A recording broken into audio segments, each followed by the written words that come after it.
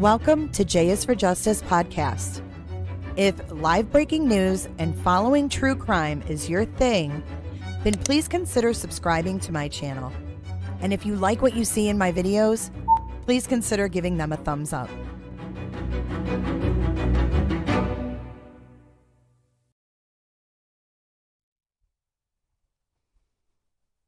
Roberta. Good evening, everyone. Welcome to J is for Justice. Better late than never. I shirked on my own schedule this week, so I'm apologizing. And I'm going live now because I had an opportunity to, but I apologize. Every Monday and Friday at 3 p.m. Eastern, I will be live. But being the week before Christmas is just a little crazy. So I'm here now, and welcome. I know it's a pop-up and no one really knew that I was going to be going live. So thank you for coming in. And if you got your notification, Yahoo, because we know those don't always go out. Carrie, I'm so glad to see you. How is the new job? How is everything going? Leakage. Is there leakage? There was a lot of leakage. I hope not. I hope you have a job with no leakage. Hi, Jennifer. Hi, Heidi. Hi, Lori. If Lori Staggs is Red Staggs, should I say? If Red Staggs is lurking, Red Staggs, thank you so much for your Christmas present. Yeah, I know she's a little scratchy tonight. I don't know why. Bella, are you just she's taking care of some personal grooming. That's why she turned away. She's instituting her privacy. All right, so we've got some reverters in the house. Reverters are your green people you see in chat. You're like, what the hell is a reverter? It's the green people in the chat. They are members. So we've got Carrie. We've got Angie B. We've got, wait, what? Wait, what? You had open heart surgery. I'm so glad you are recovering. Keep it up. Oh, Lord. Carrie says she works in a hospital. There's no promise on no leakages. Hi, Miss Shell. Shell and Potato are your moderators this evening. And Lexi Texi coming in hot at the very end there. Hey, Lex. Merry Christmas, you filthy animal. Let's get right into our updates, shall we? I've got a few good ones this week. I think you guys are going to be pleased. Not that it's all good news or anything, but hey, we have our first update. Is going to be a passenger found dead after falling overboard from a cruise ship near the Florida coast. Now, this was on the east coast of Florida, over by the Space Center, where Elon Musk is putting up satellites every other day and no one even bats an eye anymore. But this happened off that coast. So let's take a listen to what NBC News has to say. When the MSC Meraviglia was about 18 miles offshore, the passengers were awoken in the pre-dawn hours on the last day of their cruise. We were woke up at 5 a.m. with three alarms saying that there was a man overboard. The cruise ship was making its way back here after a 5-day cruise down to the Caribbean. While Coast Guard helicopters and vessels could be seen by passengers searching the water nearby the cruise ship, the announcements continued, telling passengers to stay in their cabins as the ship's crew checked IDs for a head count. At one point, one of the passengers told us that some crew members were preparing a lifeboat to lower it down into the water. There were crew there wearing life vests, leading some of the passengers to believe that the person overboard was found. The lifeboat was never put into the water. MSC Cruises released a statement. The crew performed an immediate search and rescue operation alongside the U.S. Coast Guard, who supported search efforts with boats and a helicopter. Unfortunately, despite the rapid rescue operation, the passenger sustained fatal injuries. I mean, it's sad. I mean, that's all I can say is, it's sad. We don't really know what's going on other than that. But I'm glad she was found. It's closure for the family. The Coast Guard says the incident is under investigation. Her identity has not yet been revealed. That they made an announcement saying what had happened, how the passenger was had already passed. It was very, very somber mood. Walking around the dining hall in the morning was an incredibly somber. Could you imagine like continuing your trip? Let me know what you guys think. Would you like, how would you react if you were on this cruise and you were like, you spent all this money to go on this cruise and then this woman goes overboard and dies and then you're like, we're just supposed to pick up and party on, Wayne, party on, Garth. I don't know. Let me know what you guys think. And if you're replaying this, make sure you comment in the comment section below. Our next one is one that we covered last update. You guys remember the prisoner who mooned the judge? Remember this clown? This is up in Michigan, Oakland County, Michigan. And the judge was laughing. Oh, shit. Let's see. Let's see what Mr. Mooner is doing now. Hold on. Let me shrink this down. Stand down. None of your business has become a Roberta. Hello, I'm Mike Lindell. Oh, welcome to the family, Nunya. Welcome.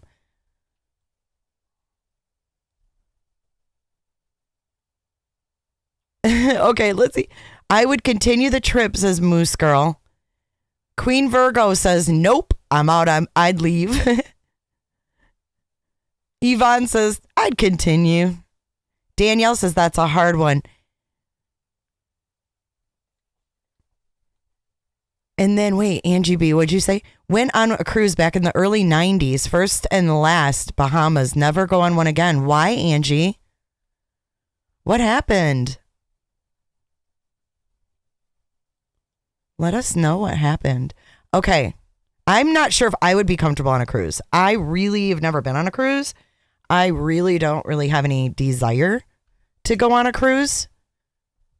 So you guys will have to let me know what your experiences are with cruises because I don't know.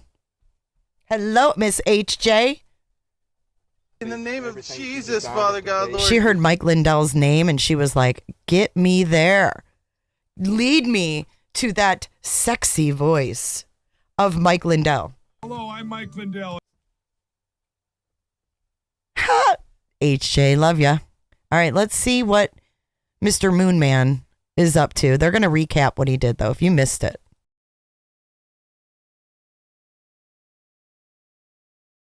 A Dearborn man who has acted out wildly in court is now facing federal charges. Topping our news today at 5, Hassan Shakur, who was already charged with ethnic intimidation for an incident outside a Bloomfield Hills synagogue this month. Now investigators say he broke the law again just hours later when he lied on a form when trying to buy guns. Jason Colthorpe looking at oh my God, this today, guy. Jason. Yeah, and Kim, the scary part here is, according to investigators, Shakur was trying to buy those guns immediately after he allegedly made those threats to Jewish parents and preschoolers and may have committed a federal crime in the process. The new federal charges against Hassan Yahya Shakur filed Thursday allege he lied on a form while trying to buy a gun. According to court docs, Shakur was at Dearborn Outdoors December 2nd looking at several guns. On an ATF form, he answered no to if he was currently under indictment for a felony and no to if he'd ever been convicted of a felony. Our reporting has revealed Shakur is awaiting trial on an assault with a deadly weapon charge and was convicted in 2017 for stealing a financial transaction device. Both felonies. The way you're judging me, God's gonna judge you the same way. Shakur's outbursts in front of a... What? I didn't hear this. Holy shit, dude. What is this guy's problem? Felonies. The way you're judging me, God's gonna judge you the same way. Shakur's outbursts in front of a judge have been extreme. After he screamed and gave a judge the middle finger while being arraigned. Now he has removed his pants to show the court his backside. He mooned a Wayne County Look at her face. Judge in a subsequent appearance via Zoom on the felony assault charge. The first court appearance was for the charge. Watch the judge's face. She's trying hard not to fucking laugh. To show the court his backside. He mooned a Wayne County Circuit Court judge in a subsequent appearance via Zoom on the felony assault charge. The first court appearance was for the charges of ethnic intimidation after complaints of anti-Semitic and racist threats to people and children outside of Temple Beth El in Bloomfield Hills, December 2nd. It now appears he was stopped by police shortly after his attempt to buy guns was denied. I can't imagine what that must have been like for parents and small children of preschool age. You might recognize Miss Karen McDonald. She is the one that has spearheaded the case against James and Jennifer Crumbly up there in Michigan and Oakland County. When they're just dropping their kids off to be approached by somebody. This guy's a ticking time bomb. A message of hate. Court docs show he was trying to buy a 12-gauge shotgun, a rifle, and a Glock semi-automatic pistol. It was denied on the spot by the National Instant Criminal Background Check System. Devin? What an idiot. All right, Jason. He is an idiot. But that judge, what a good sport, you know? What a good sport. Oh, my God. This guy, though, these kind of people scare me. I mean, as angry as he got at that judge, like, that is not someone that you want on the streets, because that dude is ready to blow at any given moment, and he's trying to get a freaking gun. These are the people that they need to watch, don't you think? The ones that are like tipping on the edge of insanity. Yeah, that's our prosecutor up there. Hey, Mike Sanner. Hey, Ave. Who else has straggled in? Miss Leo Tech. Hello, Leo. Nunya.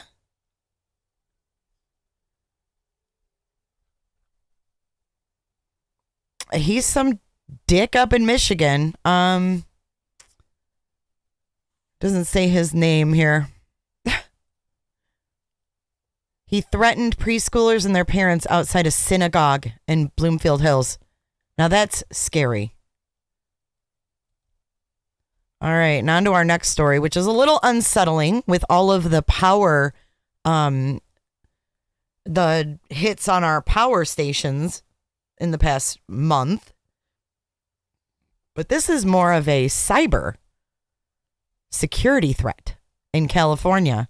But they say, don't worry, nothing important was in there. But look at what's really sad.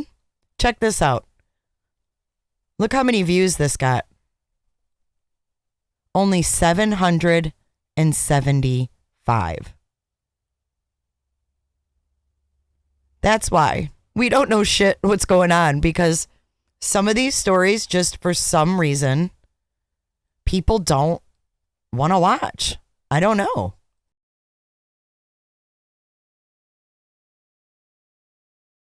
But we're going to watch it. Let's go. First, we want you to know that state officials say at this point, state funds have not been compromised in the apparent hacking. Of course not. The Department of Finance is mainly a policy-making agency for the governor and is involved in the state's budget process, but it does not have direct links to the state's bank accounts and taxpayer funds. Other state offices and agencies oversee those. All of this comes after a Russian-affiliated ransomware group called Lockbit reportedly claimed the California Department of Finance was one of its victims. The group apparently threatened to leak data if their demands were not met by December 24th. It's not clear exactly what those demands are, but cybersecurity experts say usually it's money. State officials are remaining tight-lipped. They will not comment on reports about Lockbit, and they won't say when exactly they identified this threat. Our sources say the state identified the attack in its early stages and say servers are back up and running at the state's Department of Finance. Their website is also back online. Cybersecurity experts say Lockbit has been around since 2019 and is one of the most prolific ransomware groups. And the way these attacks typically unfold is the ransomware group will first try to steal a copy of the data. And then once they've done that, they will try and lock and encrypt the target's networks. So was this like a little tester? You know what I'm saying? This is why I pay attention to this stuff. Because these little attacks, they say, oh, it's just a little, oh, it wasn't, any pertinent information. Oh, but then the next one, hey, Rose, the next one will be bigger because they've tested it to see how dumb we are, right? because only 776 people watched this local report about this. 700! And this is in the state of California. Come on now.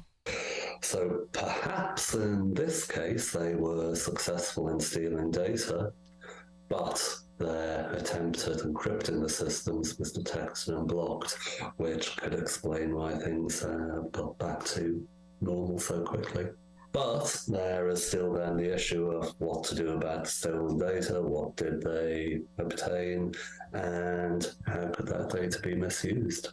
Cybersecurity experts tell us Lockbit is like ransomware as a service. People can sign up as affiliates and use the ransomware to carry out attacks and then split the proceeds with the people who created it. What the hell? Have you guys ever heard of anything like this? I have not. The affiliates can be based anywhere.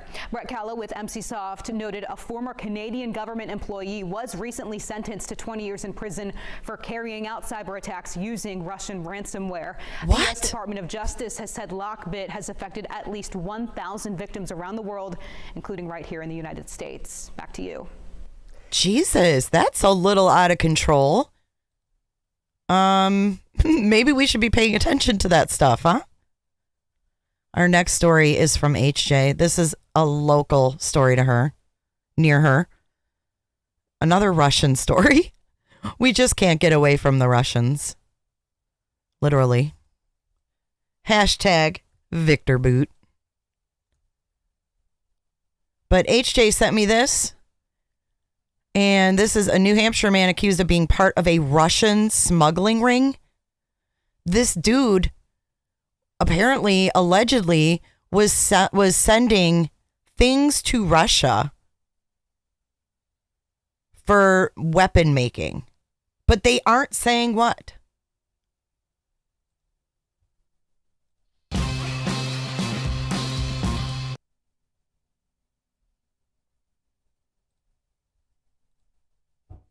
Oh, the neighborhood's been talking. Everyone's been talking. Everyone just cannot believe it. I was shocked. I was a little bit shocked. Yeah. I mean, that never happened. Nothing like that happened. Neighbors in this quiet Merrimack neighborhood tucked away just west of the Everett Turnpike, shocked to hear one of their neighbors is accused in a Russian smuggling ring. Hi, Janice. Absolutely disturbing. I can't believe I read more online about what was going on. A federal indictment accuses Alexei Brayman of Merrimack, a man from New Jersey, and 5 Russian nationals of orchestrating a ring to smuggle items to Russia that could be used to create weapons. Documents say Brayman's Merrimack home was often used as a transshipment point for items that were illegally sent to Russia, and the group supplied materials to 2 Russian companies federal officials describe as being instrumental to Russia's war against Ukraine. Neighbors say they often saw packages coming and going from the house, but never questioned it because Brayman and his wife run their own lighting company online. And one thing very odd I noticed is that there's always a lot of boxes there. I remember telling to my wife once when I first noticed it, I said, oh, look, they're going to move because they're packing boxes. Obviously, they're moving. But then I realized those boxes were always there.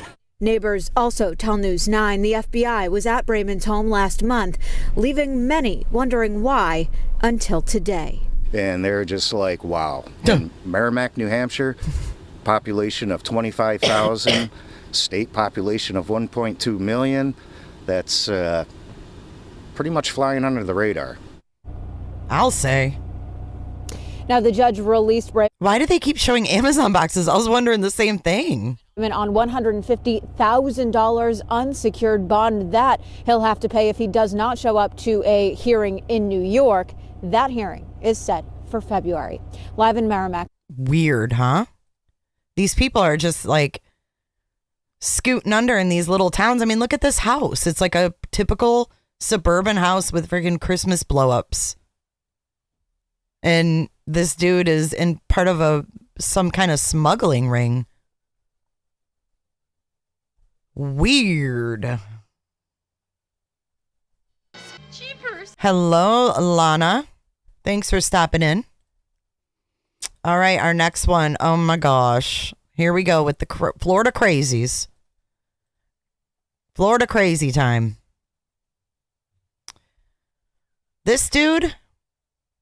hit his wife with a Christmas tree, according to an arrest affidavit. His name is Richard Atchison. He's 52 years old, and he allegedly hit his wife with a Christmas tree after she asked for help to make dinner. Oh, you know what, Shell? It's always Florida. It's always Florida. Ooh-wee, that'll scare somebody, Sherry. That will scare somebody. Ooh-wee, that will scare somebody.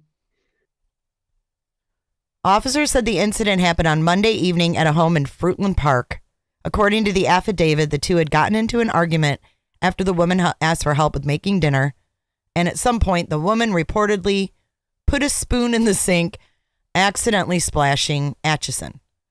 The report said Atchison lost his temper, began packing his things, and went outside to his vehicle. He then returned home because he had been drinking and told his wife to leave instead. When she tried to leave, Atchison shoved her and then picked up a Christmas tree in the corner of the room and threw it at her, striking her. He then blocked the front door to prevent her from leaving. He was booked into Lake County Jail without incident. That's the first Florida crazy right here. Here's the Grinch. The Grinch that stole Christmas 2022. Abraham Lincoln rose from the dead. Yeah, that's the newest one in all president's news. Not only were the JFK documents released, but Abraham Lincoln has been resurrected. Resurrected? Who does that remind you of? Yeah. All right. And then we have another Florida case. These two are wanted, and they were spotted in Texas. And she distracted the deputies as this dude took off. So I guess they were caught. Pavel Karavich, and he looks Russian to me. Is that not a Russian name? Pavel Karavich? You like how I say that? 10 felony warrants.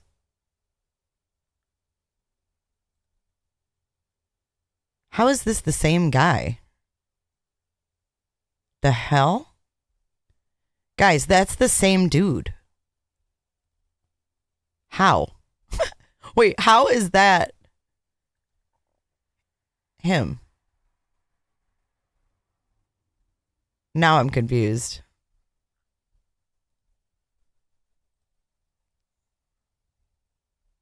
Oh, no. Okay, it just pulled up. That dude, I'm like, what? I thought I had the... Oh, this is the guy. Oh, he was killed outside of McDonald's. Jesus. This is all Florida, you guys. Brutal rapist accused of mutilating woman captured by Florida deputies.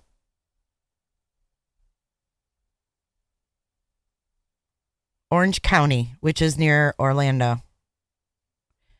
The arrest was made at Landstar Boulevard and Weatherby Road in Orlando. Deputies had him in custody 15 minutes after a tip about his whereabouts came in. His name is Bruce Whitehead, 54. He raped and mutilated a woman off Pine Hills Road near North Lane on December 10th. He previously spent 20 years in prison for rape and attempted murder in the 80s. And then he gets out and does it right over again. Okay, back to this couple. So one Florida couple is behind bars after it was discovered they were wanted on several outstanding warrants during a traffic stop in Montgomery County. On Sunday, deputies stopped a white Ford Expedition on Interstate 45 for a speeding violation. During the traffic stop, the deputy learned the driver, who is Kara Miller House, right here, of Florida, was wanted out of state for numerous felony warrants. The warrant included theft of over $100,000, theft of $10,000 to $20,000, burglary and possession of burglary tools. House was handcuffed and placed in the vehicle. So that's House on the right. She's got pink stripes. As the deputy continued to investigate the passenger, identified as Pavel Korfloch, Miller managed to slip out of her handcuffs and escape out of the patrol vehicle.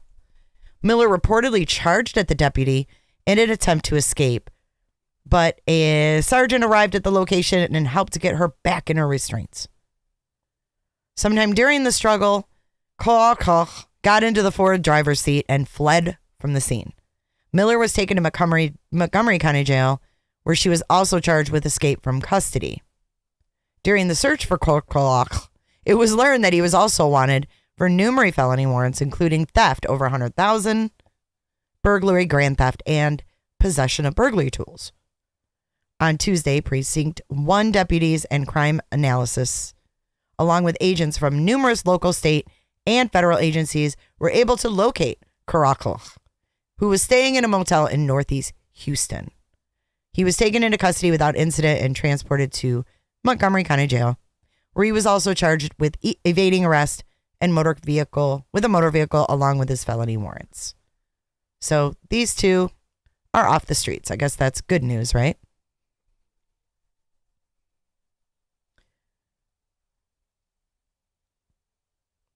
I have no idea, Moose Girl. She says, how do these girls end up with these loser guys? Who knows? And the shit they do for them, right? Get themselves thrown away in the clinker. All right, our next news update is from Walmart. Your local Walmart. If you're in these 3 states, you might just get same day drone service. Shell, I'm not saying anymore. I'll never say it again. That is the last time I'll say it. Thank you for subscribing, Classic Elaine. Are you like Elaine from Seinfeld? Classic Elaine. I love Elaine. Red Stags. I thanked you earlier. You weren't here. I was like, is Red Stags here? Thank you so much for your Christmas present. I appreciate that.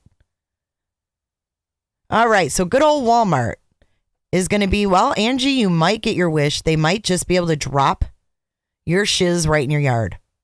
Walmart has hit the launch button on drone delivery in Arizona, Florida, and Texas. Get this. Shoppers in the Phoenix, Tampa, and Orlando in Florida. Tampa, we got 2 cities. And Dallas can look to the skies for drones that carry up to 10 pounds in as little as 30 minutes. 30 minutes. Hello, Dr. Melmo.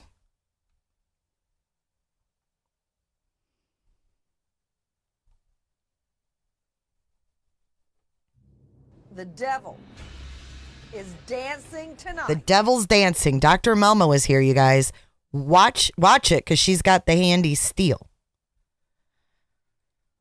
Yes, so up to 10 pounds in as little as 30 minutes. In Phoenix, the drones are now delivering orders from 4 supercenters, 2 in Peoria, Arizona, and 2 in Glendale. People living within a quarter mile can order goods online at www.droneupdelivery.com. Over in Orlando and Tampa, the new delivery option will be fulfilled from 7 stores. Customers living within a mile can place orders. And in Dallas, customers living within a mile of the 11 participating stores can place orders for drone delivery. More than 10,000 products are eligible for this kind of aerial delivery, which uses cables to lower packages into people's property. According to Walmart, first-time Shop by Drone customers can get the standard $3.99 delivery fee waived by using promo codes Free Delivery AZ, Free Delivery FL, and Free Delivery TX. All orders can be placed via the Drone Up website between 8 and 8 local time. I should do one and do it live and show you guys how it drops my food or whatever I order. That'd be cool. These drone flights are part of Walmart's expansion of the delivery format. Earlier this year, the retailer announced it was widening its Drone Up network to offer the service to 4 million additional households in Arizona, Arkansas, Florida, Texas, Utah, and Virginia. The drones are guided by certified pilots who operate within FAA guidelines. So you're not going to have some kid they hired trying to drone your food to you. Our mission is to set the gold standard for drone delivery, and by partnering with Walmart, bring the incredible benefits that drones offer to local communities, organizations, and businesses, said Tom Walker, CEO of the Virginia-based DroneUp. Each week, approximately 230 million customers and members visit Walmart's more than 10,500 stores. Let's check out DroneUp delivery, shall we? So this is what it looks like. Just order eggs. Yeah, let's order the eggs and see if they break them.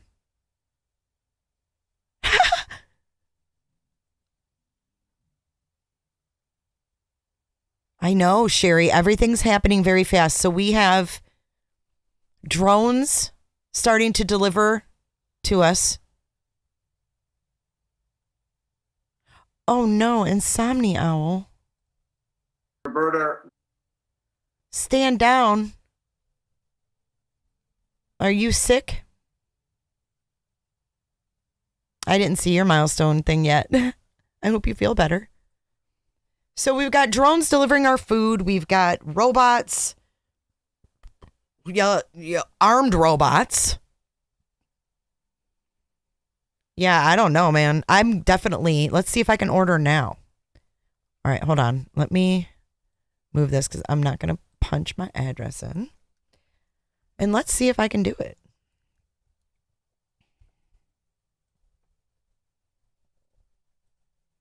Let's see. Oh, it says we're not here yet. We're not here yet. We are working to expand. Here, look. I'll show you. As soon as it's available, I'll do it. So I'll put my email in and I will get a notification when it is ready. So it says verify your location, get ready for delivery.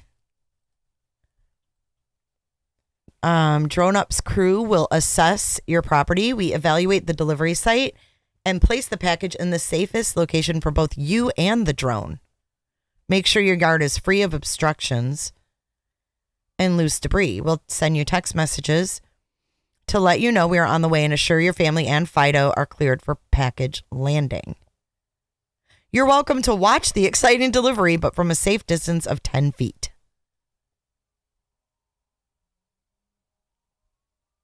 Delivery services may be temporarily unavailable if strong winds or inclement weather is in your area. Wow. So DroneUp. That's... When will Amazon start doing this, huh? Very interesting. Our world is changing at the speed of light. It really is. All right, now on to the big news. At least I find this to be big news. Pretty crazy and exciting news. The JFK files.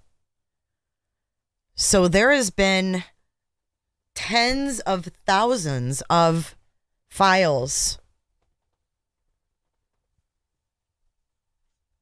kept under wraps for over 50 years. And I know a lot of people in America have wondered why.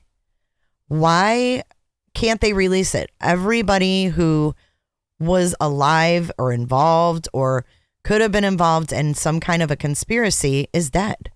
So why the need to be so secretive? I made a little short of Tucker Carlson. And, you know, whether you hate Fox News, love Fox News, doesn't matter. I mean, all journalists are out there trying to get stories. We just have to weed through what's fanatical and what's not. So this, I don't think, is being fanatical at all. I mean, we're kind of in this age where it's almost like the things that we always thought were conspiracy theories are becoming reality. So to me, that's absolutely mind-blowing, but also very scary. But yes, Moose Girl, I heard that there was not everything released, But I don't know that. I don't know that for certain.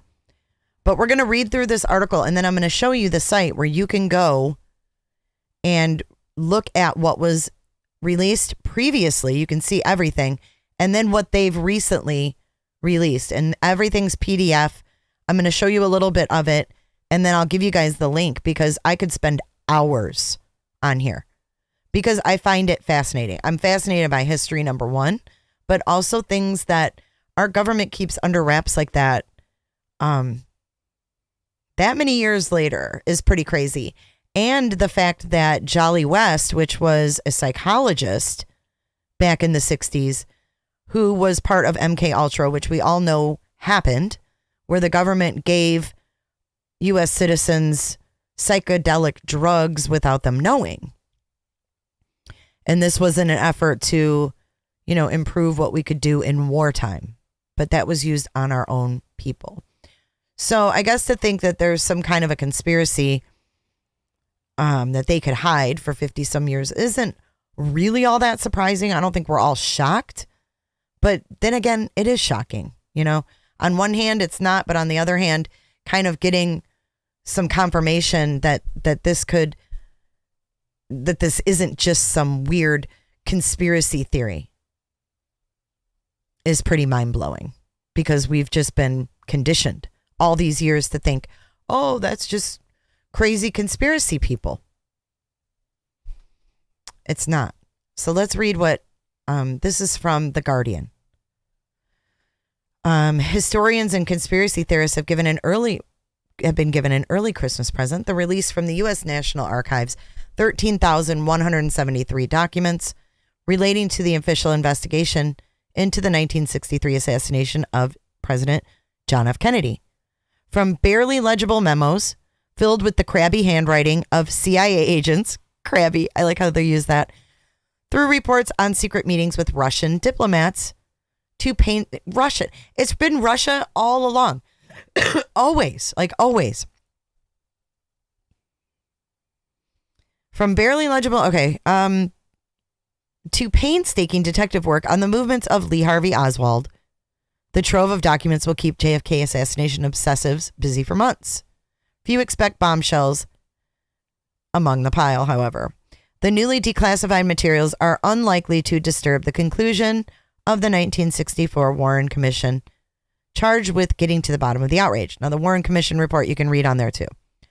It found that Oswald, a former Marine and communist who defected to the Soviet Union, had killed Kennedy acting alone by firing 3 shots as the 46-year-old Democratic president rode in an open-top limo through Dealey Plaza in Dallas on November 22nd, 1963. That was my brother's 6th birthday.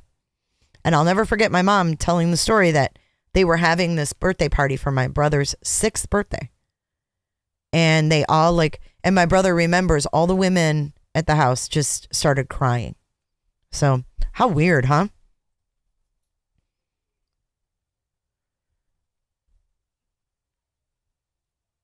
So one of the newly released documents from September of 1964 underlines the point of the commission. And at the request of the commission, the CIA had searched its own files for any connection between Oswald and Ruby. Ruby is the local nightclub owner who shot and killed Oswald on live TV. Examination of the CIA files has produced no information on Jack Ruby or his activities. The CIA has no indication that Ruby and Lee Harvey Oswald ever knew each other, were associated, or might have been connected in any manner. Thursday's release of thousands of documents means that 95% of the CIA's records on the assassination are now available to the public. But there's still 5%.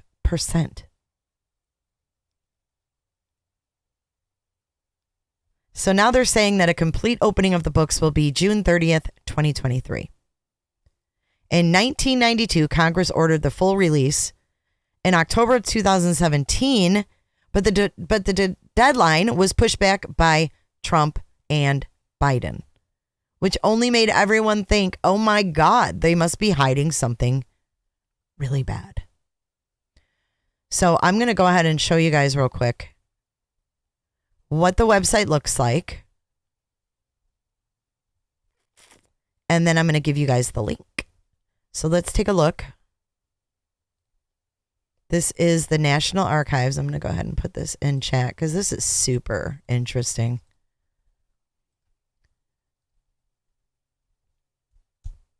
And there we go. There it is. And this is all of the new stuff. These are the 2022 additional document releases. Let me make this smaller. And I'll click on a few of them. There's pages and pages and pages. Like, you can just go on and on and on in this. But pretty fucking cool that, I mean, not all of it, but still, there's 5%. What's in that 5%? The proof that the CIA was involved? I don't know. So we've got, let's see, Oswald photos. Let's see what this one brings up. So like everything you click will bring up a new PDF.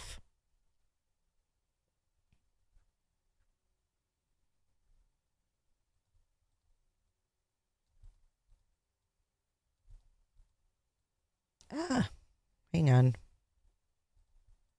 Here we go.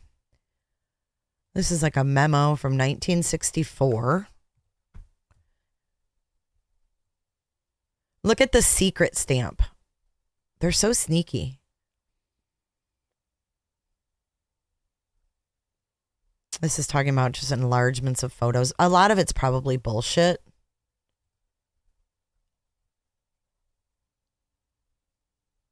Let's see. Mail to Alan Dooley's advanced copy of Buchanan book on JFK assassination. To London. Potato to London. Please airmail promptly.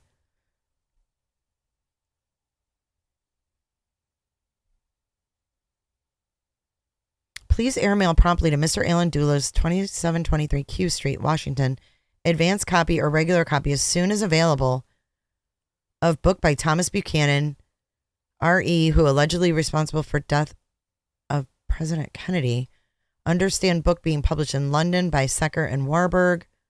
Station should absorb charges. End of message.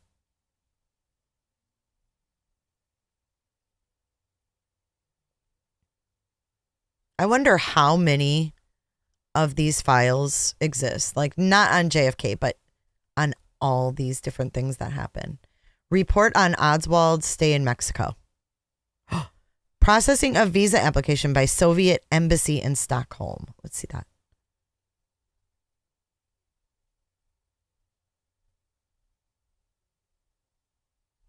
This stuff is so wild. I don't know what the hell that means, but as you can see, you can see over on the right what they are. Photos with negatives of Oswald's Cuban visa application. Bill, here are the prints for inclusion in O's 201. Cuban visa.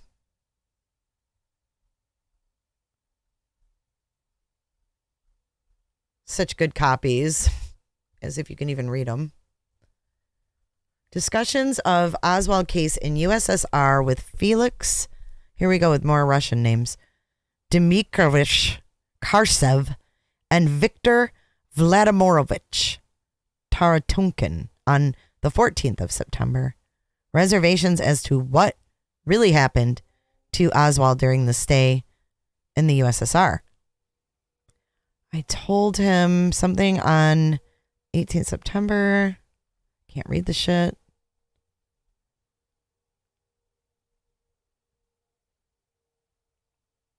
Date obviously set up to feel out Sherwood, who spoke Finnish with Taratunkin, their only common language. Karasev proposed he and Glastonbury go on a DU, informal U basis. We accepted and followed through with Taratunkin. Sherwood proposed similar treatment and was not refused this honor, although it appeared Soviets were not prepared for this. Glastonbury made 2 wagers on the Olympic Games with above Soviets, which will necessitate 2 drinking parties. A third party is expected with birth of Taratunkin's child in November. God, November what? Karasev said he was going home on leave to Sochi for 1 month on the 19th of September, thus corroborating his wife's remarks. Referred in quiet conversation. Da-da-da-da-da. This is... Wow.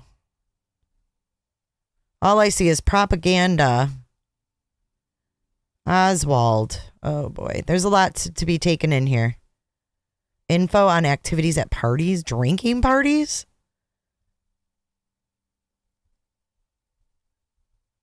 Wow. So look at all these pages. Like, I'm just going to skip to page 8. See what this is.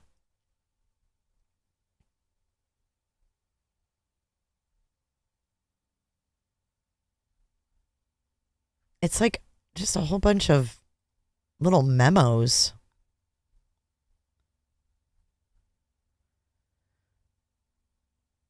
What's this thing? Joint CIA Mexican government? Telephone tap operation? Material reviewed at CIA headquarters by House Select Committee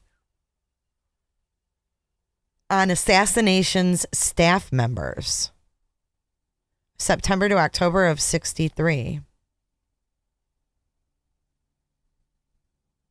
And all these people are dead now. So why not release that last 5%? Miami station, suspected Cuban agents in U.S.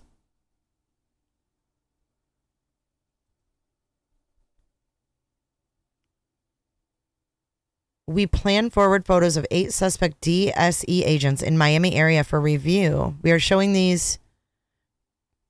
These were shown to Am Game 1, who could not identify.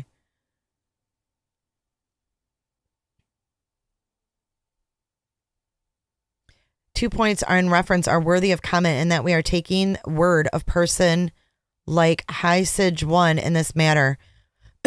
First, just because she called Cuban an illegal does not necessarily mean that such is case. She might be saying this to throw us off. Or on the other hand, she might have been told this by Cubans.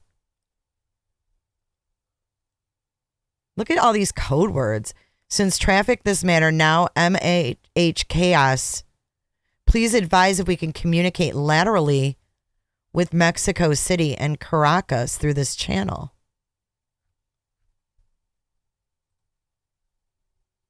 Yikes. Memo. American defectors to the USSR.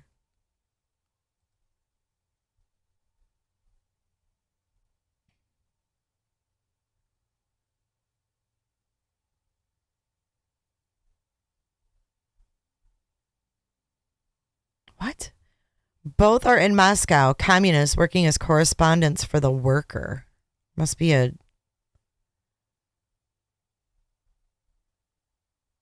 media site or a media paper, a newspaper, whatever. But yeah, what do you guys think of all of this? Ooh, Mary P., thank you so much for sharing that.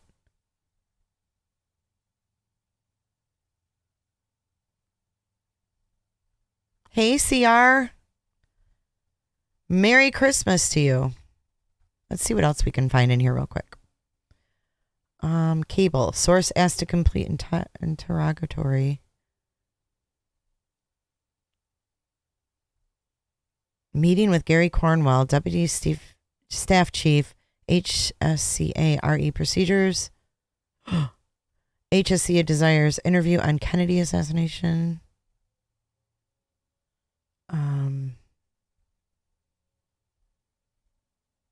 Info on subjects' lodging and travel. Subject stayed in Torney Hotel in something from 10th, 11th October 59. Then moved to the Kloss Kirky Motel.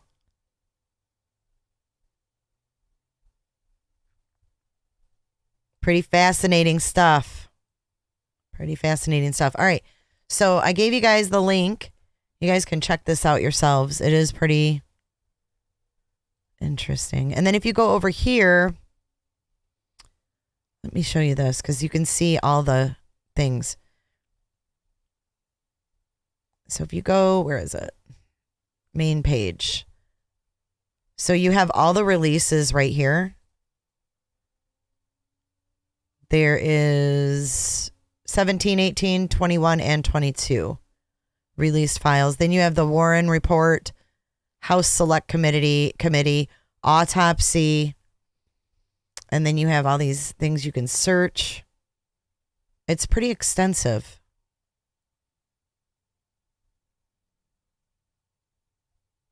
You can go back to where they started releasing in 2017. And these are the files they released then.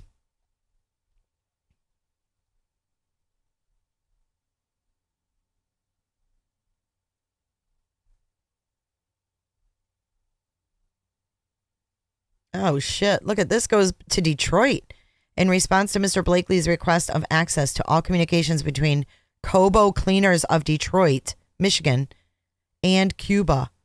Cobo Cleaners was probably part of downtown Detroit, Cobo Hall.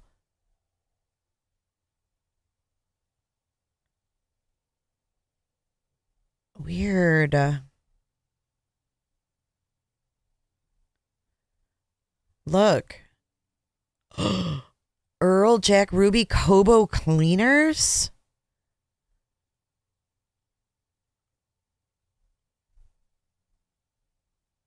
Was Jack Ruby in Detroit? I did not know this. I'm going to have to do some searching on my own. See, I found something now I can look up because that's interesting to me. Barbie Emmett Charles. Who is that? Post-Russian period employment. Emmett Charles Barbie. Lives in Louisiana. Special characteristic was he's balding. He worked for Amstar Corp. Whatever that is. LHO's immediate supervisor while LHO was employed at the Riley Coffee Company.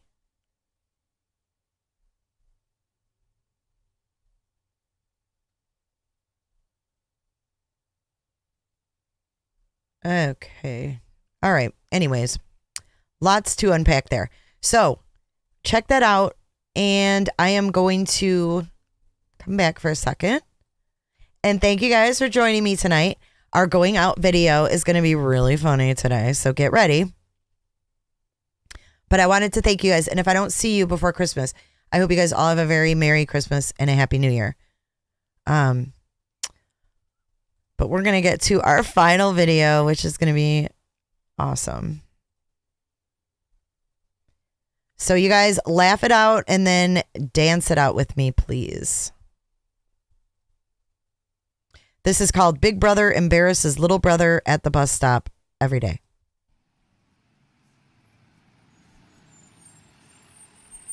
Most of us have a brother or sister that we love to play practical jokes on to have a bit of fun, or to try and embarrass them in front of others. Well, meet Noah and Max. Noah is a senior in high school and gets home before his brother Max. So to have a bit of fun and embarrass him, he dresses up in different costumes every day and meets him at the bus stop, which just happens to be outside his front door. Watch. He's a taco. This is in England, I think. Merry Christmas, Carrie Bear. Watch. Roberta. Now at first, he's Prince. Noah started dressing up in these costumes just to embarrass his little brother. But being he's a senior in high school, it eventually turned into making some fun memories with Max before heading off to college. The first few costumes Hi, Emily. were just things from around the house. Oh, it's Australia. Others were borrowed from friends. But as people started hearing about the Bus Brothers, eventually costumes started getting donated from all over the world. Look at this one. He's a referee. I think this is so great.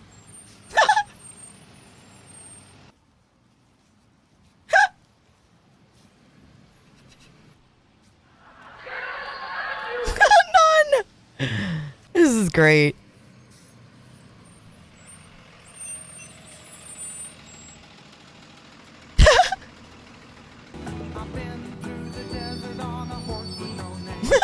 Hi, Midge. Merry Christmas, Midge. I believe they have a YouTube channel called the Bus Brothers. I love how originally the bus had an assigned bus Watch stop this. at the corner down the street. But as Max was the only student getting off at that stop, the bus driver started stopping in front of his house, so all the kids could enjoy seeing Noah's costumes each day.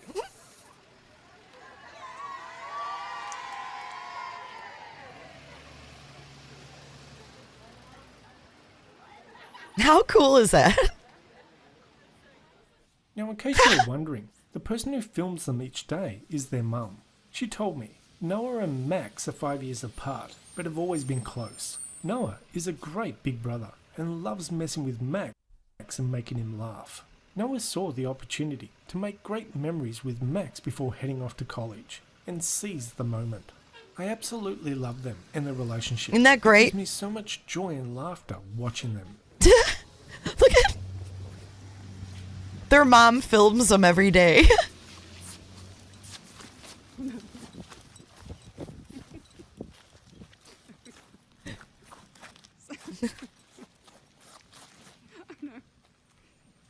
There's a mailbox. Oh no. Isn't this great? I know, it's going to be sad when he goes to college. Oh, they're fighting.